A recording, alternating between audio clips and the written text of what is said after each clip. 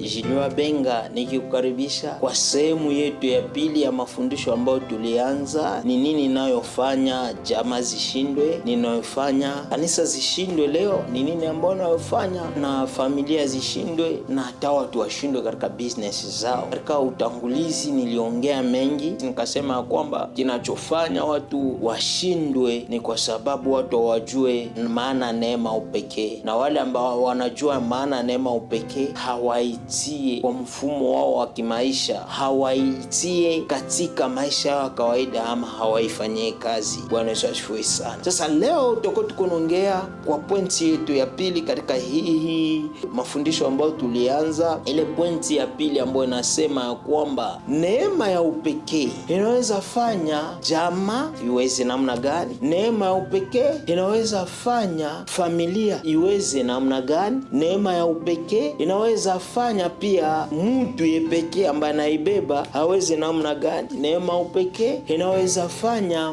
biashara ya mtu iweze namna gani? Bwana Yesu asifiwe sana. Namna gani neema ya upekee itafanya familia iweze? Ya kwanza, inabidi ule mtu ambaye Mungu alitia ndani ile talanta ama ile neema aelewe kitu moja, ya kwamba yale ambayo niko si kutumia nguvu zangu, si kwa uwezo wangu, ama si kwa mamlaka yangu, lakini ni nguvu za Mungu na ni uwezo wa Mungu. Hii kitu ambayo inabeba, talanta ambayo inabeba, neema ambayo inabeba, haikukuja kwa sababu ya akili zangu, si kwa sababu nilisoma sana, ama si kwa sababu sikusoma, si kwa sababu ninatoka katika familia ya utajiri ama ya maskini. Ndio maana imeitwa neema. Neema ni kitu ambayo ulipata pasipo kutumia nguvu zako. Tunaelewana hapo? Sisi sote tuko pamoja hapo. Bwana Yesu asifiwe sana. Sasa inabidi huyu mtu ambaye anabeba hiyo neema hajue ya kwamba haiko nguvu zangu ama uwezo wangu, lakini hii kitu nilipata kwa nguvu za Mungu, kwa uwezo za Mungu. Hata kama ndeza bebe talanta,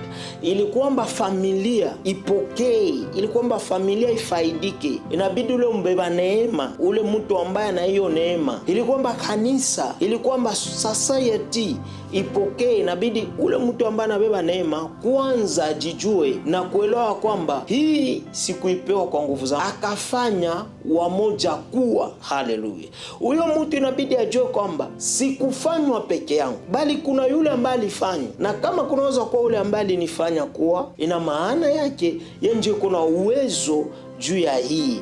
Kumbuka kitu ambacho ulipata kwa neema inabidi ukichunge vizuri. Kwa sababu gani? Ukikipoteza hakuna namna gisi tena ukiyakipata, lakini kitu ulipata kwa nguvu zako, hata ukichunge vizuri, ukikipoteza sio nguvu ulitumia, unaona namna ulifanyaka juu ukipata, unaweza tena kipata.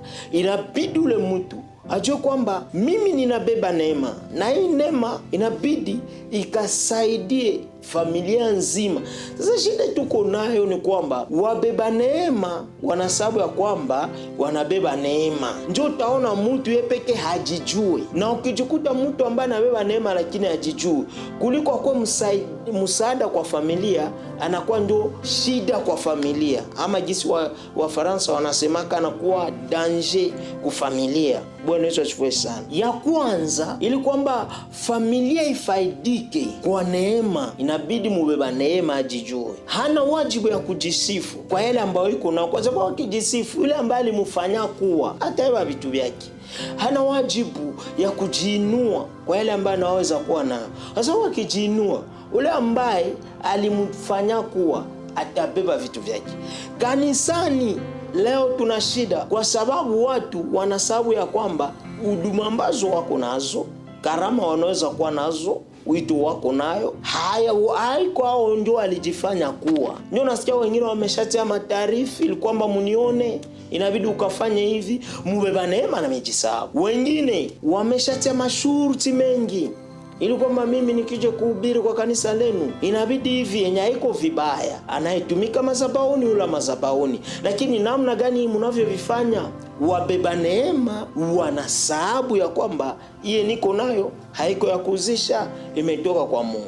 Wengine viburi vimepanda kwa sababu ana neema ya kuwa mchungaji, anazoona kama wale wote ambao nao waongoza hawako watu. Hiyo haitaleta faida kwa kanisa, kwa sababu ambaye alikupa neema hiyo, mpezi wa neema, ataangalia ya kufanya tu, atakunyang'anya ile neema. Tunaaja neema ambazo watu wanazozibeba zifaidie kanisa zetu, zifaidie jamaa zetu, zifaidie society zetu. Na jambo ya kwanza, wabeba neema tujijue ya kwamba tuna neema.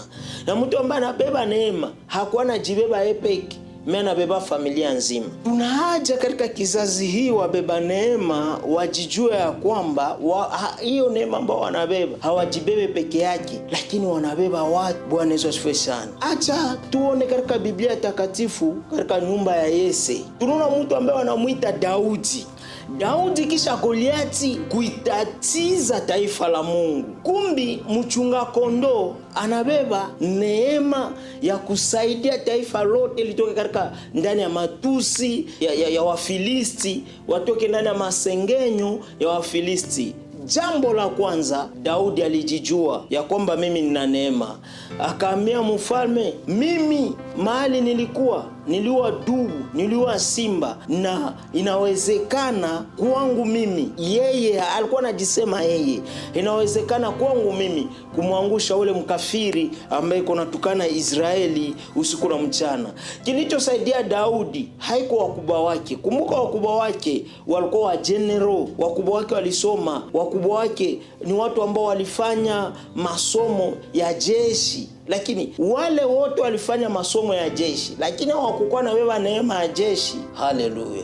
Ndio maana wabeba neema tujitahidi kujijua neema ya ujeshi, neema ya upambanaji, neema ya upiganaji ya kweli na haki ilikuwa ndani ya Daudi. Lakini angalia wakuwaje ni walienda somo, lakini hawabebe ile neema. Daudi anasaidia taifa nzima ya Israeli kupitia yale ambayo tu neema ambayo Mungu aliweka ndani mwake. Kumbi wabeba neema mtusaidie mujijue. Kwa sababu gani? Daudi angilikuwa hajijue, Israeli yote ingeanguka. Ewe mbeba neema ambao uko unanifuata, wakati yote hautajijuaka, utaangusha familia, utaangusha kanisa, utaangusha hata business zako, utaangusha hata nafasi ambapo wanaweza kupa nafasi ukatumike. Lakini wakati unajijua ya kwamba kuna kitu ambao unayobeba, na hiyo kitu inabidi nikaikamati. Mbeba neema ukijijua hautakopi wengine, hautafanana wengine. Hata kama dunia leo inaharibika, lakini hautakuwa kama hao, kwa sababu unajijua.